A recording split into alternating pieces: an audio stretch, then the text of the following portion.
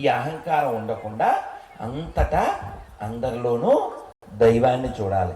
అలా చూడాలి అంటే మనకి జ్ఞానం ఉండాలి. జ్ఞానం ఉండాలంటే మనం చెవులు వాడాలి. చెవులు వాడడానికి ఏం చేయాలి? మన అందరి దగ్గర సెల్ ఫోన్ ఉంది. పూర్వం హరికథలు చెప్పేవారు, బుర్రకథలు చెప్పేవారు, ఒగ్గు కథలు చెప్పేవారు, ప్రవచనాలు చెప్పేవారు, సప్తాహాలు చేసేవారు, భజనలు చేసేవారు. ప్రతి రామాలయంలో కరెంటు లేనప్పుడు ఆముదం దీపం పెట్టి భజన చేసేవారు. అలా మా ఊళ్ళో ఇప్పటికీ భజన జరుగుతుందండి అన్నోళ్ళు చేస్తాను. ఎవరన్నా తక్కువ చేతులు ఉండొచ్చు, అయినప్పటికీ వాళ్ళందరికీ మిగిలిన వాళ్ళు గట్టిగా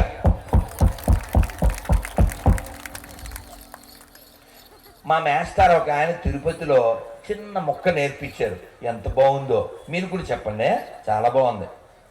భజన చేసే భక్తులకెల్లా, నేను చెప్పింది భోజనం చేసే భక్తులకెల్లా అనలే, అది ఉంది అక్కడ, ఆ బ్యాచ్ వేరు. నేను చెప్పింది అర్థమైందిగా.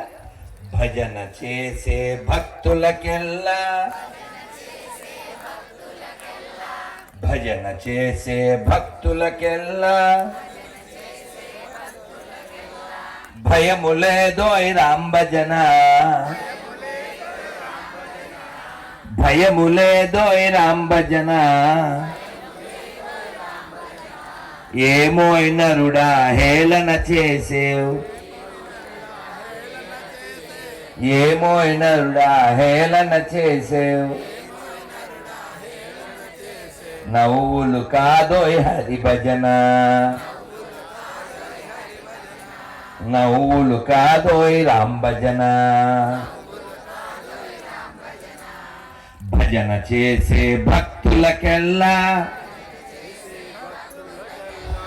భయములేదోయ్ రామ్ భజన.